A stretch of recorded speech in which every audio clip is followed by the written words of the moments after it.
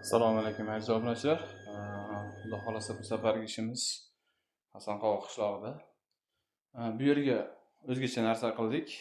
Akamiz Rossiyada turib buyurtma qildi.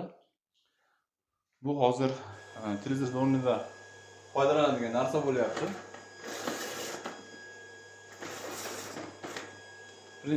Haligi biz hozir maxsus chiqib qoldik, o'shani qo'yishib shu orqali televizor qilib ko'rishar ekan.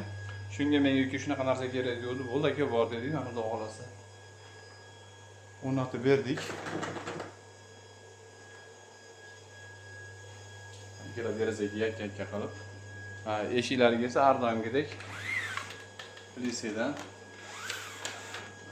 orqasini ranglariga moslab birga bir qilib qo'ydik. Kimga shunaqangi xizmatlar kerak bo'lsa, pastda nomerlarimizni qoldiramiz, aloqaga chiqarasizlar.